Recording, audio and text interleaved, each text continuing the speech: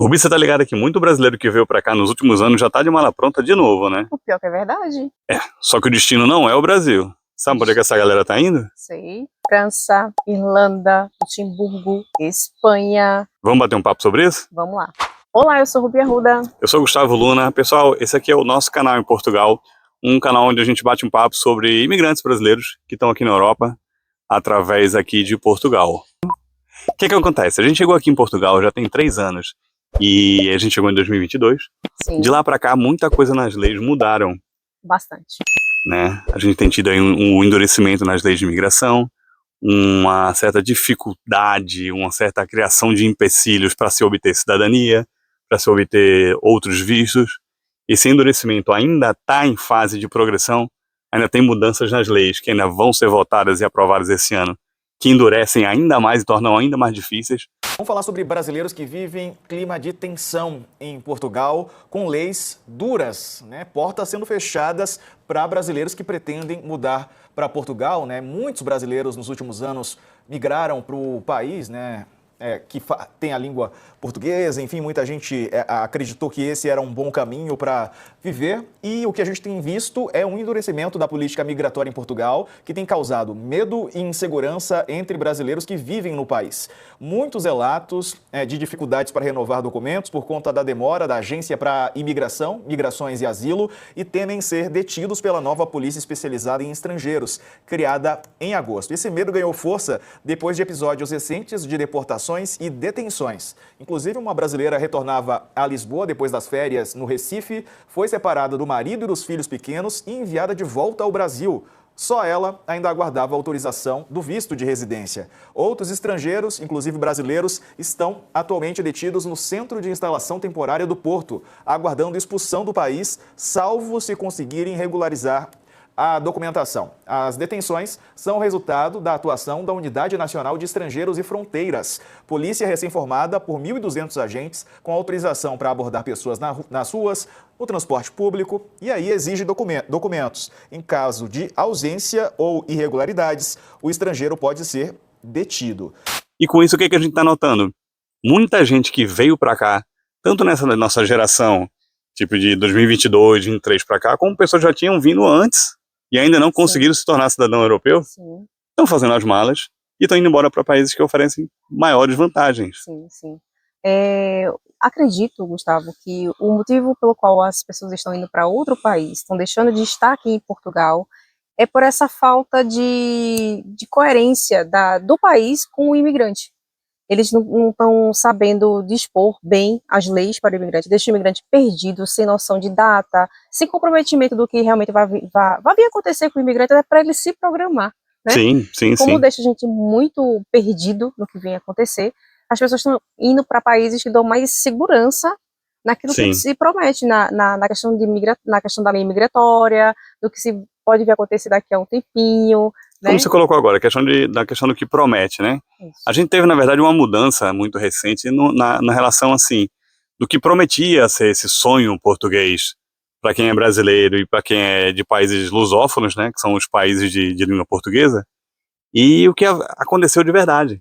Muita gente entra nos comentários da gente, muitos portugueses, e falam assim, mas quem foi que chamou vocês aqui? Gente, literalmente houveram convites, houveram propagandas, campanhas de governos em outros países para poder atrair imigrantes para cá. E aqui em Portugal não era diferente, só que a questão de Portugal aconteceu muito mais em termos de governo. O governo passado, na verdade o presidente ainda mas antigamente toda a legislatura, todo o parlamento daqui eram do Partido Socialista. O Partido Socialista, por acaso, é alinhado ao governo Lula. Sim. Não estou aqui nesse vídeo para falar de política, mas só para vocês entenderem. Esse alinhamento de governos fazia com que muitas vezes o presidente português fosse convidado a dar palestras, a falar no Congresso, a falar lá com o presidente Lula, e a dizer sobre condições, sobre acordos bilaterais entre os países. Sim. Todos esses acordos bilaterais, todos esses são incentivos, são literalmente convites. E não é só com o Brasil, né? Não. Também com outros países de língua portuguesa. Sim. Todos esses países da chamada CPLP, que são países de língua portuguesa, tá? Existe todo um acordo, existe toda uma questão de reparação histórica, até eu diria, pelo processo de colonização que eles passaram por parte de Portugal para com esses países. Então todo esse tipo de incentivo, todo esse tipo de campanha que se lança é sim um convite, é sim uma promessa. Quem vem para cá, o brasileiro que vinha para cá, vinha com a promessa de que vir para cá seria simples, você viria para cá e teria o mesmo idioma, você teria facilidades para arrumar um emprego, afinal de contas, se você fala o mesmo idioma, tudo aquilo que Sim. você fez, tudo aquilo que você estudou, seria válido no outro país. Existia uma questão de, países irmãos, países amigos, existia toda uma questão de sentir que você estava praticamente indo para um outro estado. É como se você estivesse saindo de um estado brasileiro para ir para outro. Até porque o Portugal, ele se expõe como um Brasil muito receptivo a quem vem para cá, né, para contribuir.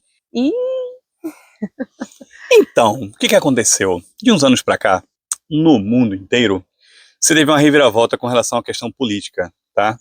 Principalmente no pós-pandemia, eu acho, você teve uma questão de reforço às fronteiras. Você teve muita campanha política nacionalista que coloca que a soberania do país está em primeiro lugar, e está, ninguém está aqui para dizer que é o contrário, mas isso começou a gerar Na verdade, eu gosto de dizer assim, toda crise econômica, ela é vetor para as outras insatisfações. Então, quando a população de um país está insatisfeita com o lado econômico, ela tende a procurar culpados. Políticos que são espertos nesse momento aproveitam para eleger culpados, apontar culpados e a partir daí se apontar como solução. Então o que acontece com essa direita populista de hoje em dia? E não estou falando só de Portugal, estou falando do mundo inteiro. Ela se aponta como a solução para os problemas econômicos. Você está pobre? Você está pobre porque muito imigrante roubou seu emprego. Exato. Você tem pouco? Você tem pouco porque tem muito imigrante recebendo subsídio. Já recebeu algum subsídio, Rubi? Eu nada. Você já recebeu subsídio, Gustavo? Nenhum, adoraria saber. Onde vai esse subsídio que a gente recebe tanto? Gente, brasileiro que recebe subsídio, deixa nos comentários como você conseguiu, que eu sou louco pra conseguir, nunca consegui. Pois é, nunca. Nunca vi nem ouvi, só ouço falar. Então assim, gente, que nem caviar. Então assim, gente, existe toda uma lenda urbana de que o imigrante causa problema, que o imigrante, sabe? E o excesso de imigrantes, e aí sim é preciso colocar uma crítica com relação a esse governo passado, que autorizou imigrantes demais. Na verdade, uma peneira, né? Não. Portugal, quando a gente fez pesquisas para vir para cá, era o único país em que você não tinha praticamente filtro algum para entrar. Você não tinha praticamente uma barreira de entrada. E aí, só fazer uma pergunta. O problema é de quem veio para cá ou é de quem pôs as regras? De quem colocou as regras para poder convidar a pessoa de vir para cá? É sobre isso. Quando você cria, gente, governante não é bobo, não. Governante não é criança, tá? Nem o governo socialista era bonzinho, nem o governo atual é bonzinho, nem o governo de direita é bonzinho. Governos têm interesses. O governo socialista abriu as fronteiras demais porque sabia que um excesso de imigrantes aqui dentro traria um excesso de dinheiro. Gera comércio, né? Gera comércio, gera impostos, gera até o que a gente paga para se regularizar, o que a gente paga para a AIMA, a taxa que você paga. Tudo isso aquece a economia e, dinheiro pro bolso do governante. Eu trabalhava no shopping, né, numa loja que vendia vários artigos domésticos. E a gente falava assim, tá chegando agora a nova safra de imigrantes. Por quê? Começava a vir, principalmente os brasileiros, não só brasileiros, mas também de outras nacionalidades, para poder adquirir aqueles produtos que a gente vendia, certo?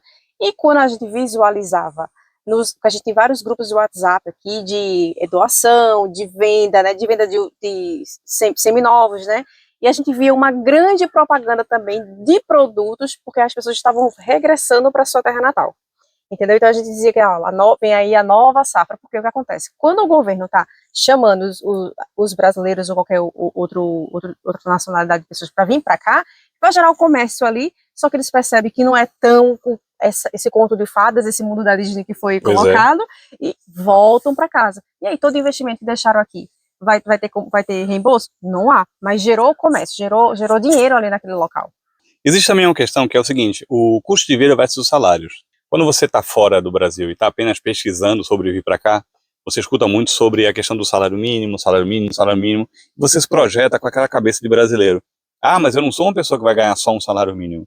Eu vou chegar lá, eu vou começar trabalhando para ganhar só um salário mínimo e rapidamente vou dar a volta por cima e vou mudar esse quadro. Quando na verdade não é assim tão simples. Tá? Você, por ser imigrante, você vai ser uma pessoa que é menos procurada pelo mercado, você é menos qualificada no mercado, você não se formou em escolas daqui, você não tem experiências profissionais aqui, então você é só mais um imigrante. O que implica que sim, na grande maioria dos casos, você vai chegar aqui para ganhar um salário mínimo, e essa condição de ganhar apenas um salário mínimo pode perdurar por 1, 2, 5 anos. Nesse ínterim, nesse meio tempo, você vai se deparar com custos altíssimos. Hoje, um arrendamento médio, uma cidadezinha como Braga, que Braga não é nenhuma cidade grande, é um interior aqui em Portugal, uma excelente cidade, mas é um interior, vamos combinar? Sim. Você tem um arrendamento médio aí de 700, 800 euros. Gente, o salário mínimo é 860 euros. E quando você encontra 700, tá? Pois é. Então, assim, se você vai... temos aqui, por exemplo, um casal com 2 filhas. Um casal com 2 filhas, se cada um dos adultos ganha um salário mínimo, um salário inteiro vai apenas para o arrendamento, o outro salário que vai tocar a casa inteira. Agora, imagine você com apenas um salário mínimo, já que o outro está totalmente comprometido com o aluguel, ter que arcar com transporte, alimentação, vestuário, sabe? Despesas em geral. Uma criança que fica doente, Sim, que sim. ninguém se programa com isso, de repente chega, né? Então, assim, é muito complicado. E Portugal, hoje, infelizmente, ele tem um dos custos de moradia, eu não diria os mais altos da Europa, mas é um dos, e com a média de salário dos mais baixos, entendeu?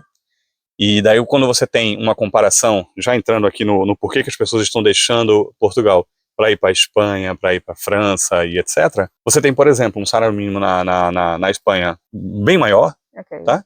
Com arrendamentos na mesma média de preço. Você tem uma oferta de empregos diferenciada. A Espanha é um país maior, não só em termos de espaço físico, eu diria, mas maior em economia, em renda per capita, etc. E custos muito semelhantes. Até quem diga que custos de compras, alimentação, etc., é até um pouco mais barato do que aqui, porque a carga tributária lá é menor, tem menos impostos.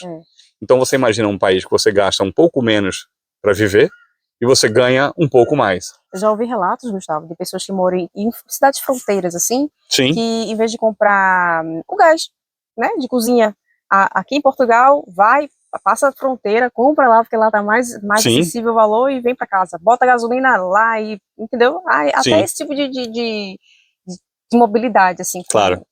Vamos tratar de algumas diferenças agora especificamente de cada país. Um foco na Espanha, por exemplo, tá? A nova lei de imigração da Espanha está entrando em vigor agora.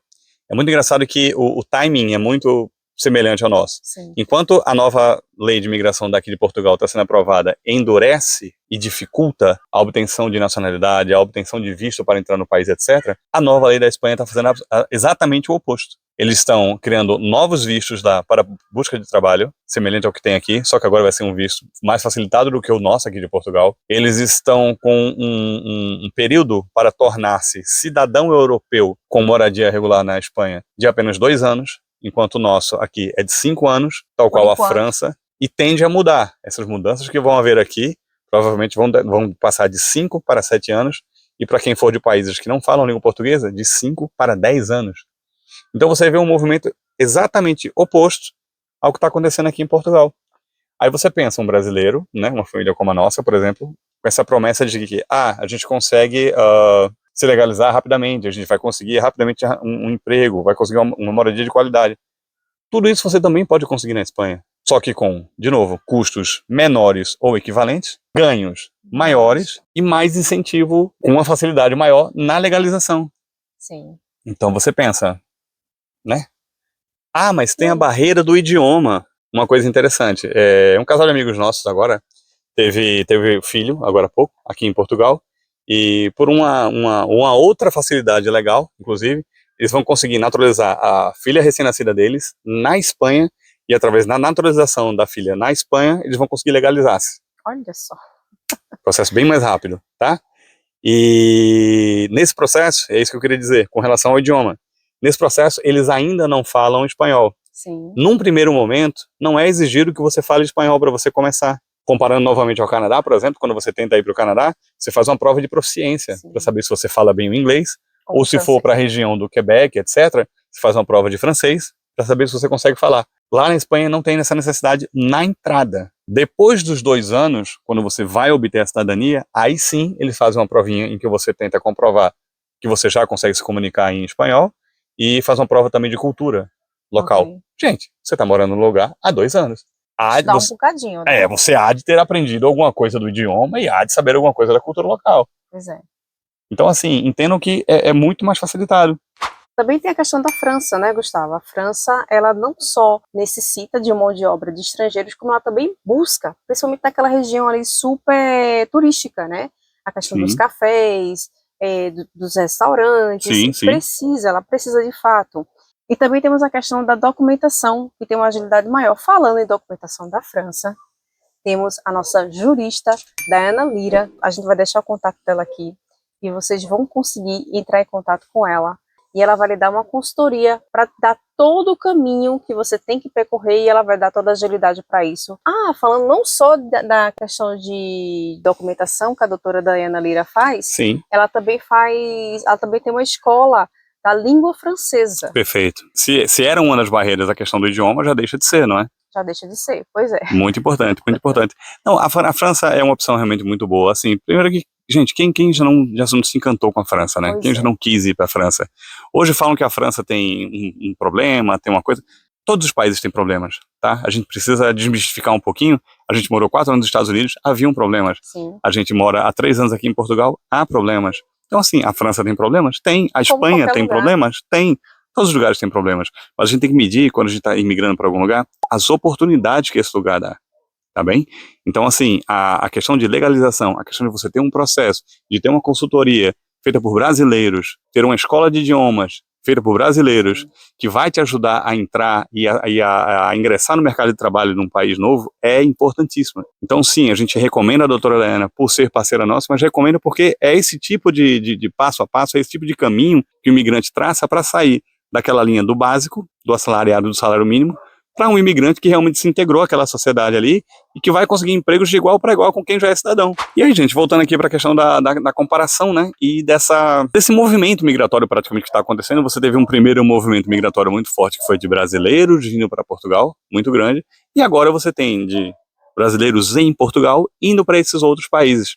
O que a gente encontra é isso. A gente encontra que, infelizmente, aqui em Portugal, existe até uma certa, vamos apelidar assim, de brasileirofobia, infelizmente, porque há um excesso de brasileiros e é um fato que há um excesso, mas há um excesso de brasileiros que estão cooperando, que estão colaborando.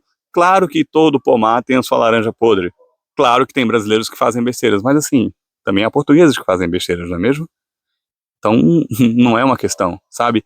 A questão é que realmente há esse sentimento e você une esse sentimento anti-brasileiro no lugar a um sentimento de acolhimento em outros países que circundam e que de repente vão te dar uma oportunidade econômica melhor, gente, acaba que não há muita dúvida.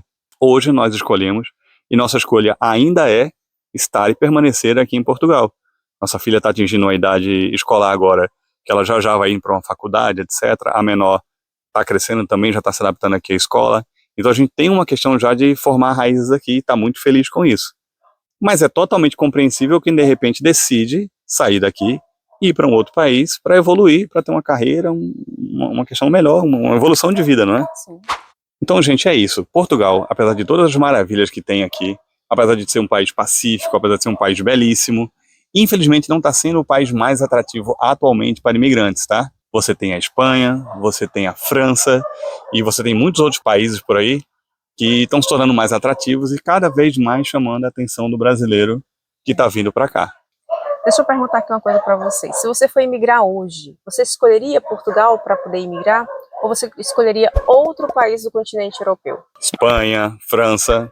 Deixa aqui nos comentários, tá bem? Não se esquece de dar o like no vídeo, se inscrever nos nossos canais. A gente vai deixar aqui nossos Instagrams também. Entra lá, a gente lá tem outros conteúdos, tá bom? Um abraço, pessoal. Te vejo no próximo vídeo. Até mais. Blah blah blah blah blah. Blah blah blah blah blah blah blah blah. Blah blah blah blah blah blah. Blah blah blah blah blah blah blah blah blah.